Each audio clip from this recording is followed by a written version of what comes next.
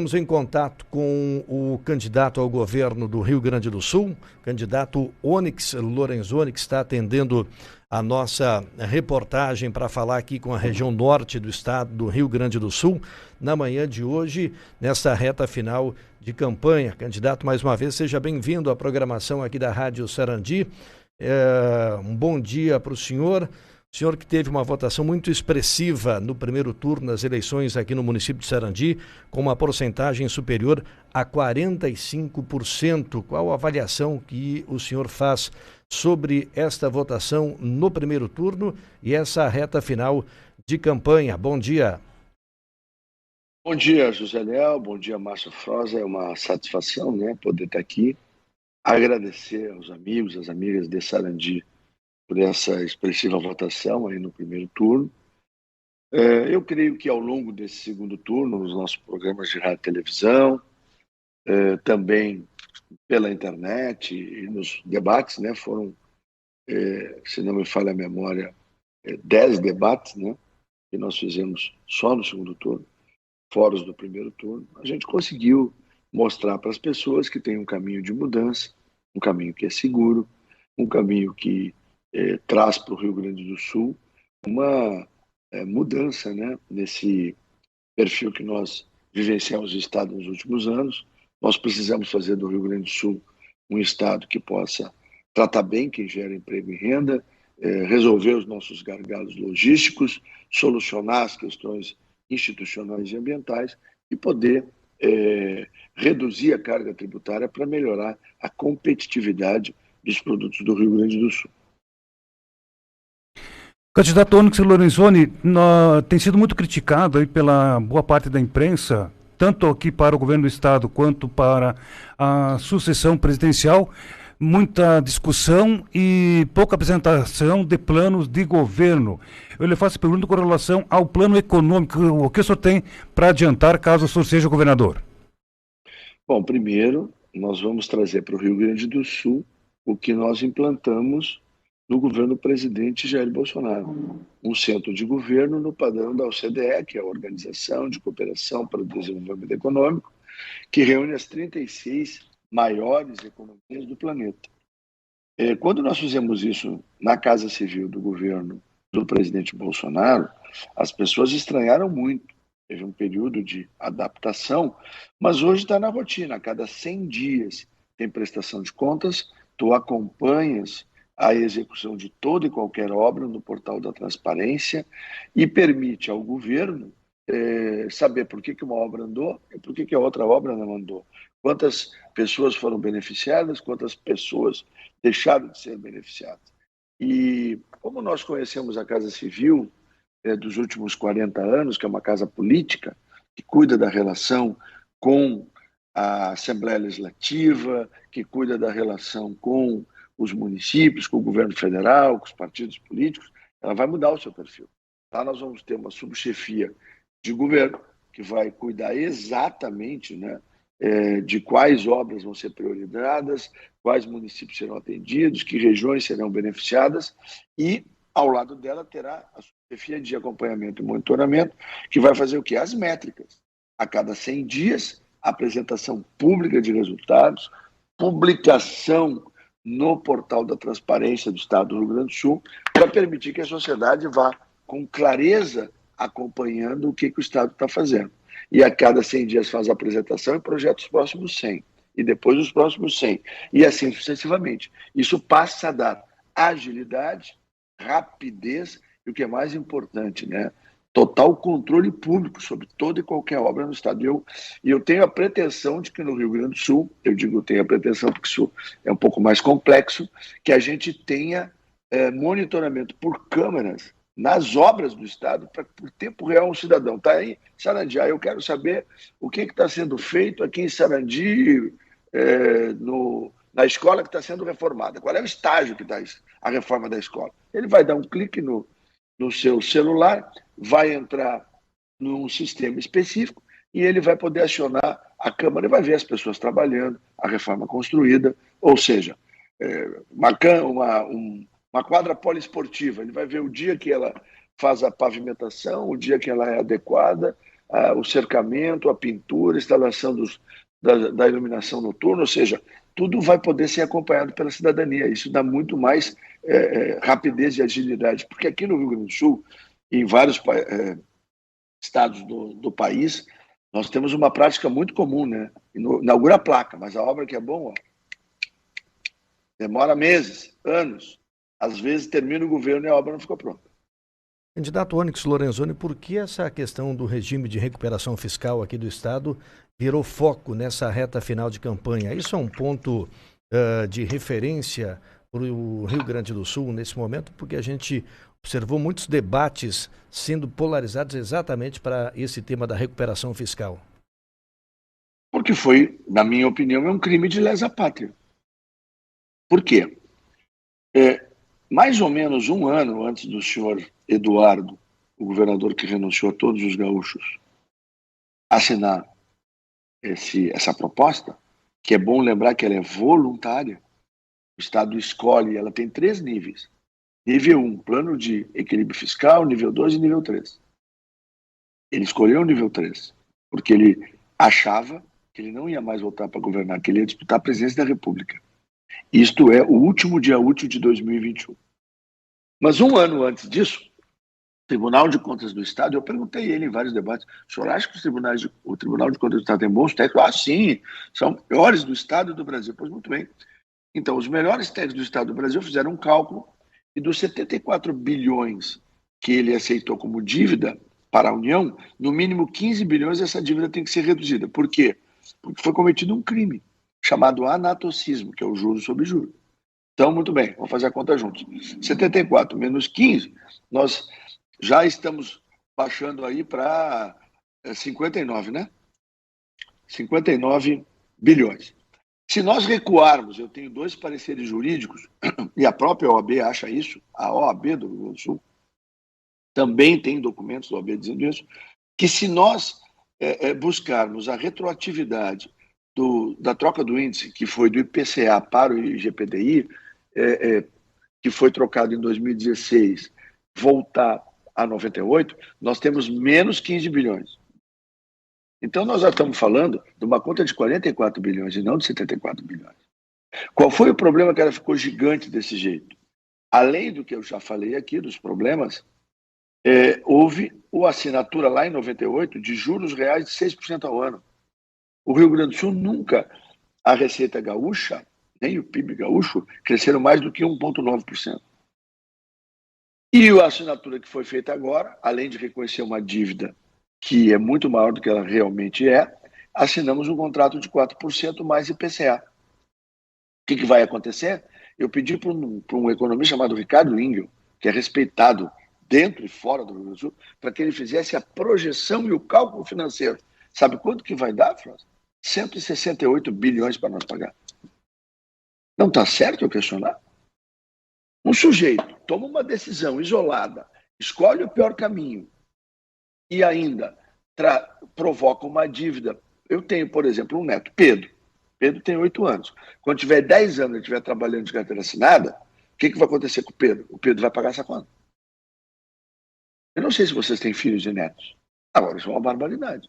Da onde que o Rio Grande do Sul vai tirar 168 bi nos próximos 30 anos para pagar?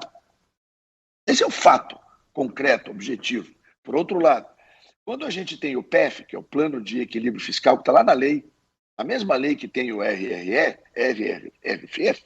o Plano de Recuperação Fiscal, no plano que o Estado do Rio Grande do Sul voluntariamente escolheu entrar, quando tu aumenta a tua arrecadação, tu tem que pagar a tua dívida.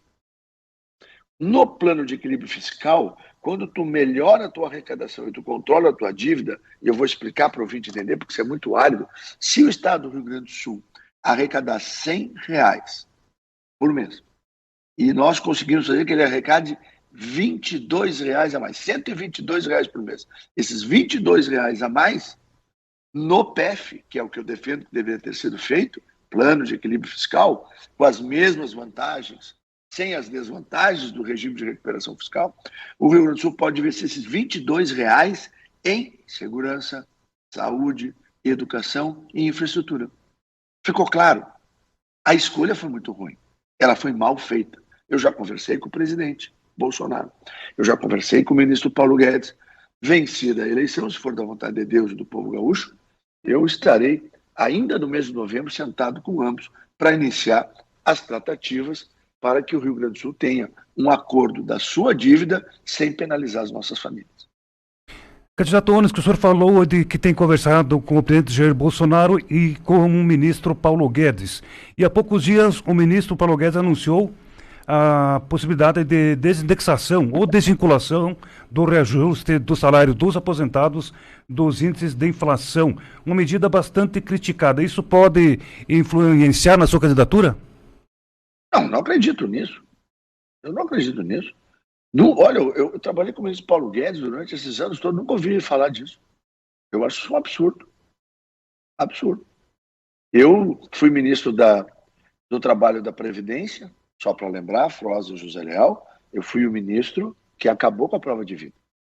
Você sabe o que era a prova de vida? 31 milhões de aposentados, 5 milhões deles com mais de 80 anos de vida, tinham que todo ano sair de casa, ir ao banco ou à agência do INSS e apresentar. Sabe qual é a origem dessa maluquice? O governo do presidente Lula. Lá em 2005, o Ministério da Previdência, à época, encontrou que entre 30 e 40 milhões de pessoas por ano morriam e não comunicavam ao INSS. Às vezes essa comunicação levava meses. Nos casos, por exemplo, da região amazônica, a gente pode entender pelas dificuldades que lá existem. Mas também tinha muita fraude. Pessoas que morria o pai, morria a mãe, morria a avó, morria a tia. As pessoas eram beneficiadas e elas ocultavam isso da Receita não, do INSS para poder receber a pensão. Sim, mas aí o gênio fez o quê? Já que tem 30 mil, em média, por ano, que acontece isso, vão fazer 31 milhões se apresentar.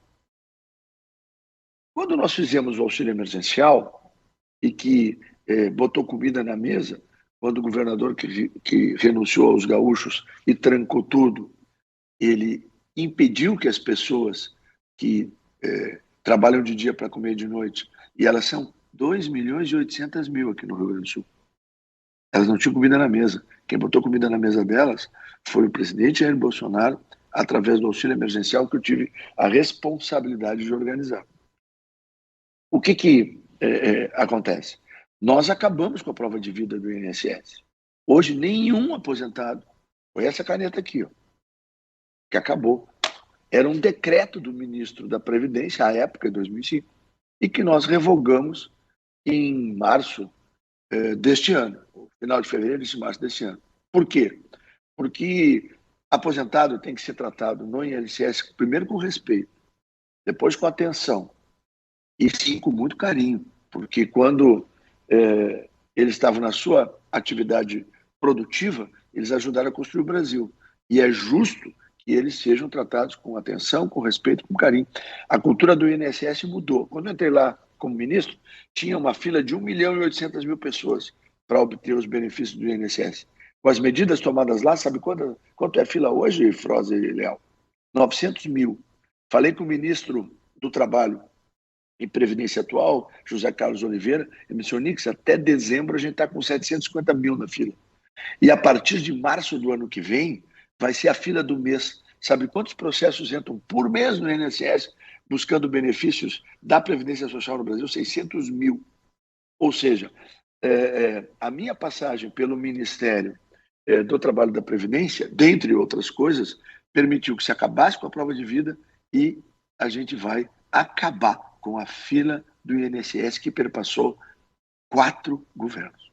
Candidato Onyx, para não estourar muito seu tempo, né, dentro daquilo que foi acordado, soubemos da sua agenda nessa reta final de campanha, eu gostaria apenas, para finalizar, agradecer a gentileza e lhe fazer um último questionamento. O que o seu plano de governo, a sua maneira de governar, tem de diferencial do seu oponente e aonde estaria o pulo do gato para o eleitor confirmar sua candidatura no domingo? Bom, primeiro, o meu oponente é inconfiável. Ele dá a sua palavra e não cumpre. Segundo, ele tem o projeto presidencial. A dúvida é, numa eventual eleição dele, se ele vai renunciar, como está combinado, no segundo ano de governo para entregar para o vice, que é o preço de ter o apoio daquela ala do PMDB, porque a ala ética do PMDB está comigo. Simão, Melo, Osmar Terra, esse Marcoba, esse grupo está comigo. E anunciou isso publicamente, para mim é motivo de muita honra. O filho do Simão tem me acompanhado, o Thiago, em inúmeros eventos. Então, a dúvida é, vai renunciar no segundo ou vai renunciar no terceiro ano? Mas que vai renunciar, vai. Por quê? Porque ele só pensa numa coisa, eleição presidencial. No meu caso, da Claudinha e da minha esposa Denise, desde o primeiro momento, nós acordamos que o nosso foco é o Rio Grande do Sul. Eu vou governar o Rio Grande do Sul até o último dia de mandato, porque eu tenho a clareza de que essa é a maior honra que um gaúcho, uma gaúcha pode receber. E não dá para renunciar ao Rio Grande. Aliás, eu não renuncio ao Rio Grande, eu não renuncio nenhuma missão, e é por isso que o presidente Bolsonaro me escalou para fazer. Eu recebi a seguinte missão primeiro. Fui o primeiro político que acompanhou o presidente Bolsonaro no projeto presidencial. Organizei seu plano de governo, o caminho para a prosperidade, que deu certo. Fiz a transição governamental, fui indicado por ele para ser ministro da transição ainda no governo Temer. Montamos um governo. Na Casa Civil, fiz a reforma da Previdência, no PPI, buscamos 400 bilhões de reais de investimentos privados. Aliás, vou fazer um programa de parceria de investimentos aqui no Rio Grande do Sul, no primeiro mês de governo. Vou fazer um projeto de irrigação no primeiro mês de governo, que o Rio Grande do Sul não tem, é um absurdo. E um estado que é agro, Sarandi é agro, né? A força de Sarandi vem do agro. Sabia que no Banco do Estado do Rio Grande do Sul não tem uma diretoria de agronegócio? Vamos criá-la no primeiro mês de governo. Falei ontem ainda com o presidente da Farsul e falei na semana passada com o presidente da FETAG. Todos os dois dizem, mas isso é uma necessidade. Eu disse, mas não tem. Então a diferença que tem da nossa proposta para a proposta que é o nosso adversário nesse segundo turno, lá é uma continuidade do que a gente já conhece, que deve hoje 1 bilhão e 200 milhões aos hospitais de todo o Rio Grande do Sul através do IP Saúde. Aqui tem uma proposta de mudança segura, de um futuro governador que tem só um objetivo, que é governar o Rio Grande, e eu não vou fazer aquilo que ele agrediu o ex-governador José Ivo Sartori, quando ele disse que era para o José Ivo Sartori, no debate da RBS à época, tirar a bunda da cadeira. Aonde que ele ficou na pandemia? Trancado, acovardado dentro do palácio, ouvindo o pseudocientista que não tem capacidade para nada. Eu ontem disse, estou esperando as tuas desculpas. Ele não pediu desculpas para o povo gaúcho. Estou esperando as desculpas de Rosane Oliveira. Disse isso dentro da RBS. Porque mandaram todo mundo ficar em casa, que a economia a gente veio depois, 200 mil empresas foram destruídas em 2020. 500 mil gaúchos perderam seu trabalho. Se não fosse o auxílio emergencial do presidente Bolsonaro, essas pessoas tinham passado fome. Então, aqui tem uma mudança segura, com experiência e que vai estar presente na vida dos gaúchos. Eu andei por todo o estado, Froze Leal. As pessoas me perguntam, Onix, se tu te eleger, depois que tu te eleger, tu vai me receber lá no Palácio? Eu disse, não, porque não precisa. Eu vou ir aonde as pessoas estão. Eu já combinei. Segunda-feira despacha com o secretariado, atende audiências, terça-feira de manhã conclui as audiências da semana e terça, a partir do meio-dia, eu vou andar pelo Rio Grande do Sul, eu vou estar aí em Sarandi, vou aí no estúdio de vocês, conversar com vocês. Por quê? Porque esse tem que ser o papel do governante. Ele tem que liderar a retomada econômica do Rio Grande do Sul. Nós temos regiões onde tem emprego e não tem gente para ocupar por falta de qualificação. Tem outras regiões que a geração de emprego é zero e nós temos que criar mecanismos para que o emprego apareça, e tem outras regiões onde o crescimento populacional é vegetativo, porque os filhos e filhas vão embora, destruindo famílias, dificultando a vida das pessoas e trazendo aí muita angústia para quem é pai e mãe. Eu sou pai de 7 filhos, avô de 5 netos. Então, eu sei o quanto a família sofre com o distanciamento. Esses são desafios que o governador tem que ter humildade, disposição e vontade de servir o Rio Grande. A minha diferença para ele é, primeiro, eu sou de verdade. Segundo, a minha palavra vale. Terceiro, eu só quero servir o meu estado que eu amo. Candidato Onyx Lorenzoni, mais uma vez, muito obrigado pela gentileza, um bom dia. Um bom dia a todos. Obrigado pela oportunidade. Conversamos com o candidato ao governo do Rio Grande do Sul, Onyx Lorenzoni, aqui no nosso jornalismo, através da Rádio Sarandi, também da nossa página no Facebook e também do YouTube. 2 minutos estão faltando para as 9 horas da manhã. Na sequência, a gente também conversa com o candidato Eduardo Leite na manhã desta sexta-feira. Conexão Sarandi.